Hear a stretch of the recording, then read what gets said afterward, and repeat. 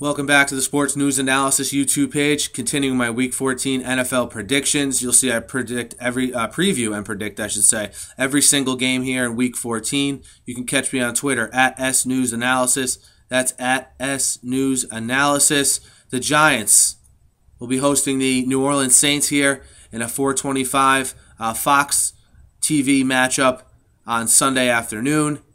The Giants and the Saints both coming off of games in which they lost to division rivals. The Giants at the hands of the Redskins on Monday Night Football, and the Saints at the hands of the Falcons on Thursday Night Football. As a whole, though, these two teams are headed in two totally different directions.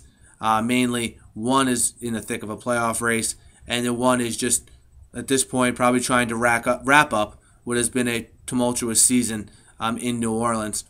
First with the Giants coming off of, for them, what was a disappointing loss in Washington. I think disappointing from the perspective that their offense could not get anything going in the second half.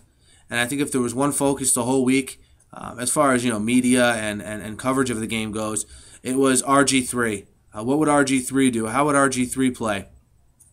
If you really take apart that game, the play of the Redskins secondary, along with some timely Giants penalties in the second half, is really what sort of turned the tide in that game in the second half and gave the Redskins a 17-16 win at home there over the Giants. The Giants, look, this is historically, or in the last 4 or 5 years, the time of the year when the Giants kind of kick it into full gear.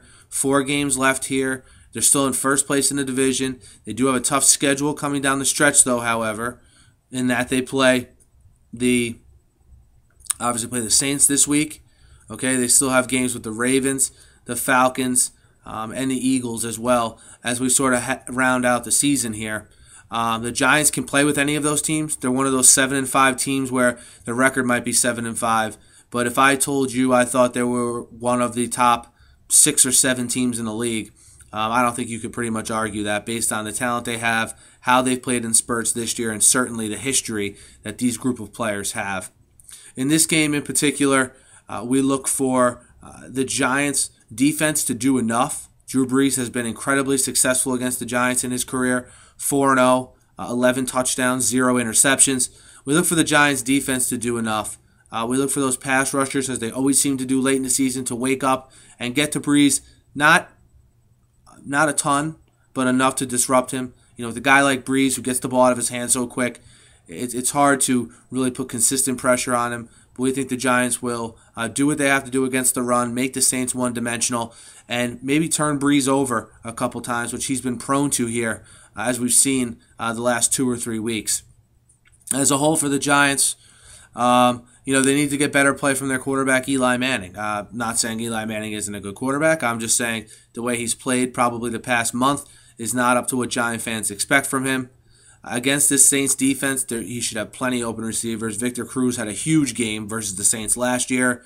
I look for that to continue in this game. The running game, I think they'll be able to establish with Ahmad Bradshaw, maybe a little David Wilson mixed in there. But I look for the Giants to have a well-balanced attack on offense and to really be in control of this game early and often here versus the Saints at home. As far as the Saints go, look, the Saints coming with a record of 5-7. Their playoff hopes are likely done unless they could run the table and get a lot of help, which then still may not be enough, actually. But as they head into this Week 14 matchup, a lot of questions going forward for the Saints that I think sort of need to be answered soon as far as which direction this organization is going in. Is Sean Payton going to be coming back? And if he is, I think the Saints should make that known, or maybe they have already had internal talks. But Sean Payton would be a hot commodity if he was on the market for any other team. So I think the earlier the Saints can kind of lock him up and show their loyalty to him, I think the better. But the Saints as a whole on the field, they've just been a little bit dysfunctional all season. You see turnovers in inopportune times. Their defense, which, let's face it, has always given up yards, but has made up for that with timely turnovers. And this year, those turnovers haven't been there at the timely spots. We've seen uncharacteristic turnovers from the offense. in big spots and in close games, which we're not used to seeing. And I can't help but think that has to do with a lack of continuity. And I'm not calling out Joe Vitt, or I'm not calling out any of the other coaches on the Saints. I'm just saying Sean Payton's been their leader. He's been their leader for several years now. And there's an adjustment period that takes place when that leader is now out of the equation.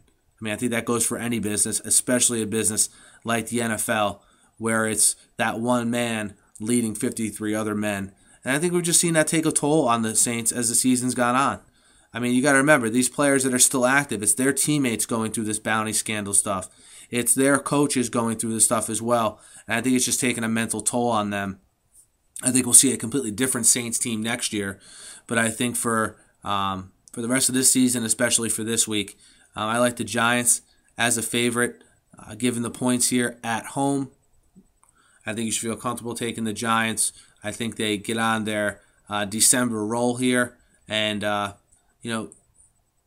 and really kind of solidify themselves and win that NFC East. So again, we like the Giants minus the points at home against the Saints here on that 4:25 kickoff on Fox. I'll be continuing. I think I have 3 previews left for Week 14, so we'll get those done now. And hey, good luck this weekend.